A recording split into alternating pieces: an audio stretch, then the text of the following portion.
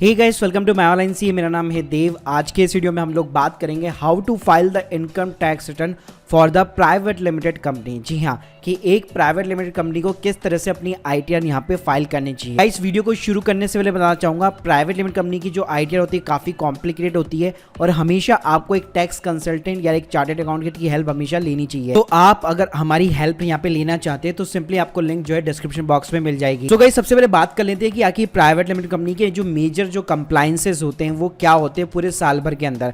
तो गाइस, सबसे पहले दो मेजर कंप्लायंसेस होते हैं। एक तो होता है आपका आरओसी कंप्लायंसेस। इसके अंदर क्या होता है, आपको एक ऑडिटर यहाँ पे अपॉइंट करना पड़ता है। वो आपके फाइनेंशियल स्टेटमेंट को प्रिपेयर करता है, जिसके अंदर आपका trading account, profit and loss account, balance sheet account and annual report, statutory audit की रिपोर्ट, ये सारी चीज़ें इंक्लूडेड होती है। गाइस, आप लोगों को बताना चाहूँगा, चाहे प्राइवेट लिमिटेड कंपनी कोई बिजनेस करे या ना करे, प्रॉफिट कमाए या ना कमाए, चाहे जीरो ही उनका बिजनेस क्यों ना हो, लेकिन उनको यहाँ पे एक ऑडिटर को हायर करके ये सारी चीज़ें यहाँ पे प्रिपेयर करवानी पड़ती है। लेकिन गाइस, जो कंप्लायंस होता है वो होता है आपका इनकम टैक्स रिटर्न फाइलिंग और टैक्स ऑडिट। टैक्स ऑडिट जो है यहाँ पे ऑप्शनल होती है। ये केवल कुछ ही कंपनी के ऊपर एप्लीकेबल होती है जब उनका turnover more than 5 crore rupees in a year होता है। तो चलिए गाइस, मैं आपको एक सैंपल यहाँ पे रिपोर्ट दिखा देता हूँ कि किस तरह की यहाँ पे आरओसी फाइलिंग के लिए यहाँ पे रिपोर्ट बनती है और वही रिपोर्ट आपके इनकम टैक्स रिटर्न फाइलिंग के अंदर भी काम करती है। तो गाइस, आप मेरी स्क्रीन के सामने देख सकते हैं, ये 30 पेजों की यहाँ पे एक रिपोर्ट है। फर्स्ट पेज में यहाँ पे नोटिस है, सेकंड पेज पे आप देखेंगे यहाँ पे डायरेक्टर की रिपोर्ट आती है जिसके अंदर फाइनेंशियल फिगर्स वगैरह ये चीजें होती है। फिर थोड़ा सा आप नीचे जाएंगे तो जो भी इन्होंने ऑडिटर अपॉइंट किया होगा उसने एक इंडिपेंडेंट ऑडिटर रिपोर्ट बनाई होगी।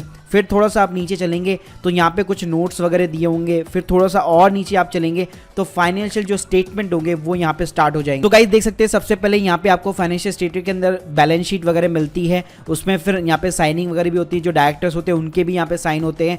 फिर थोड़ा सा आप नीचे चलेंगे तो आपको P&L अकाउंट भी मिलेगा इसके साथ में। फिर P&L अकाउंट के साथ में जो भी एनेक्स्चर वगैरह बनते हैं, चाहे वो डेप्रिसिएशन के हैं, शेयर कैपिटल के हैं या बैलेंस शीट के अंदर जो भी एनेक्स्चर होते हैं, वो सारी चीजें यहाँ पे आपको मिल जाती है। तो गाइस, आप देख सकते हैं यहाँ पे ये 30 पेजों की रिपोर्ट है। फिर थोड़ा सा अगर आप नीचे भी जाएंगे लास्ट के अंदर, इसके साथ में गाइस आपको यहाँ पे कंप्यूटेशन ऑफ टैक्सेबल इनकम भी मिल जाती है। जो ऑडिटर होता है वही आपको प्रिपेयर करके देता है मोस्टली 99% केसेस, कि बेसिकली आपका जो भी आईटीआर होगा उसकी कंप्यूटेशन क्या होगी, कितना आपके ऊपर टैक्स रखने वाला है। इसके अलावा भी गाइस कुछ और कंप्लायंसेस होते हैं जो कि एक एनुअल बेसिस पे नहीं होते लेकिन बीच बीच में होते रहते हैं। इसके लिए मैंने एक डेडिकेट वीडियो बना रखा है जिसके लिंक मैं आपको डिस्क्रिप्शन बॉक्स में दे दूंगा, तो आप वो लोग यहाँ पे annual compliances for the private company वाला वीडियो यहाँ पे चेकआउट कर सकते हैं। गाइस, अब बात करते हैं कि आखिर प्राइवेट लिमिटेड कंपनी के ऊपर इनकम टैक्स जो यहाँ पे कैसे कैलकुलेट होता है। तो देखिए, इनकम टैक्स जो है बेसिकली आपकी company private as a private limited जो भी यहाँ पे प्रॉफिट अर्न करती है उसके ऊपर फ्लैट यहाँ पे 30% सारे सरचार्ज वगैरह सब कुछ मिला के ऑलमोस्ट 30% का यहाँ पे आपका टैक्स लगता है। गाइस, यहाँ पे सबसे अच्छी इंपॉर्टेंट बात यह है, आपकी कंपनी जब प्रॉफिट अर्न करती है तभी आपके ऊपर यहाँ पे टैक्स लगता है।